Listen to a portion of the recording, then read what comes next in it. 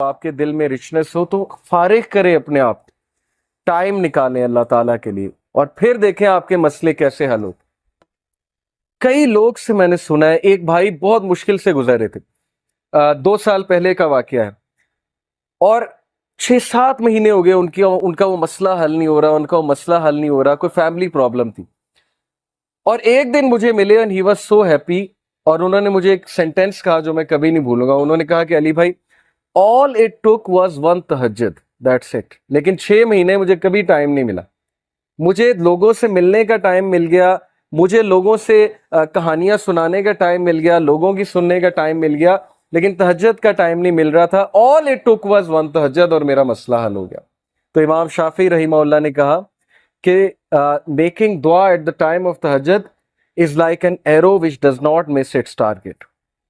تو باقی یہ کہ اللہ دعا آپ کریں اور نہ ملے یہ ایک الگ بات ہے، ظاہر ہے اللہ تعالیٰ وہی دیں گے جو بہتر ہے، لیکن یہ سینٹینس یاد رکھنے والا ہے کہ all it took was one تہجد۔ تو اپنے آپ کو فارغ کریں، ٹائم نکالیں اللہ تعالیٰ کے لیے، یہ آپ کے ہی لیے بہتر ہے۔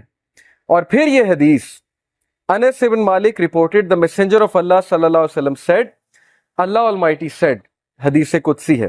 O son of Adam, if you call upon me and place your hope in me, I will forgive you without hesitation۔ اگر تم ہوپ میرے سے لگاؤ گے، امید میرے سے لگاؤ گے، تو میں تمہیں معاف کروں گا، without any hesitation میں تمہیں معاف کروں گا۔ O son of Adam, if you have sins piling up to the clouds and then ask for my forgiveness, I will forgive you without hesitation۔ اور اگر تیرے گناہ آسمان تک جا رہے ہیں اور آسمان کی طرح پائل اپ ہو چکے ہیں، کلاؤڈز کی طرح، یعنی اتنے سنز ہو چکے ہیں کہ تم اسراف کر چکے ہو،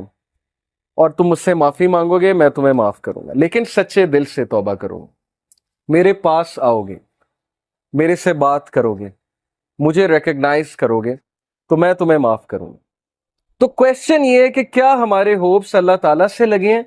یا ہمارے ہوپس کریشن سے لگے ہیں؟ میں یوتھ سے بات کر رہا ہوں، میں حیران ہوں کہ ہم ایک انسان کے لیے راتیں جاگ لیتے ہیں، ہم اس کے لیے اپنے ڈیسیجنز چینج کر لیتے ہیں، کیریئر کے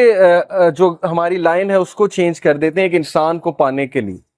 ایک انسان کے پیچھے دوڑتے ہیں، اور بعد میں ہمیں کوئی خاص فائدہ بھی نہیں ملتا، بعد میں ہمیں جو ہے وہ ریگریٹ ہوتا ہے کہ میں نے اتنا کچھ کیا اور آگے سے رزلٹ جو ہے وہ کچھ بھی نہیں ہے۔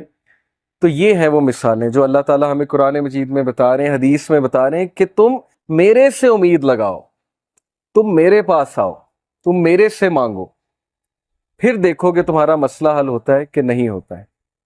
اور امید لگانے کے حوالے سے ابن تیمیہ رحمہ اللہ لکھتے ہیں، ان کی ایک کتاب ہے kalamullah.com پہ آپ جائیں تو وہاں پر ایک کتاب ہے ابن تیمیہ کی، I think relief from distress, yes exactly یہ نام ہے، ریلیف فرام ڈسٹریس سے ریلیف کیسے ملنا ہے، اوکے یہ کتاب ہے۔ وہ کتاب اس آیت کی تفسیر ہے، لا الہ الا انت سبحانک انی کنت من الظالمین، صرف ایک آیت کو پکڑا ہے ابن تیمیہ نے اور پوری کتاب لکھ دی۔ اس میں وہ ایک بات لکھتے ہیں کہ اسلاف جان بوجھ کر یہ دعا کرتے تھے، یہ بھی ایک دعا تھی ان کی کہ ہماری دعائیں ڈیلے ہوں، ہماری دعاؤں کی قبولیت ڈیلے ہو۔ اب یہ ہمارے لیے، ہم جیسے لوگوں کے لیے جو دنیا میں بہت ڈوبے ہیں، بڑی عجیب بات ہے۔ ہم تو چاہتے ہیں یوں دعا قبول ہو، میں اللہ سے مانگوں اور چیز میرے سامنے ہو، چاہے وہ میرے لیے بہتر ہے یا نہیں ہے۔ اسلاف کہتے تھے کہ ہم جان بوجھ کے وش کرتے تھے کہ دعائیں ڈیلے ہوں، کیوں؟ کیونکہ جب بندہ دعا کر رہا ہوتا ہے اس کا تعلق ہی اللہ سے اور ہوتا ہے، تو وہ اس تعلق کو انجوائے کرتے تھے کہ ہم تکلیف میں ہیں، ہم کسی ڈسٹریس میں ہیں، بس ہم دعائیں کیے جائیں، تو یہ تعلق انہیں بہت لطف دیتا تھا۔ یہ ایک بہت ہائی لیول کی بات ہے۔ بتانا میں آپ کو یہ چاہ رہا ہوں کہ دیکھیں مصیبتیں آتی ہیں، مشکلیں آتی ہیں، انسان پر بہت سے فیزز آتے ہیں، اور اس فیز میں اگر اللہ سے آپ کنیکٹ کر جائیں تو یہ آپ کے لیے خیر ہی خیر ہے، اور اس فیز میں اگر اللہ سے دور ہو جائیں تو پھر یہ شر ہے بہت۔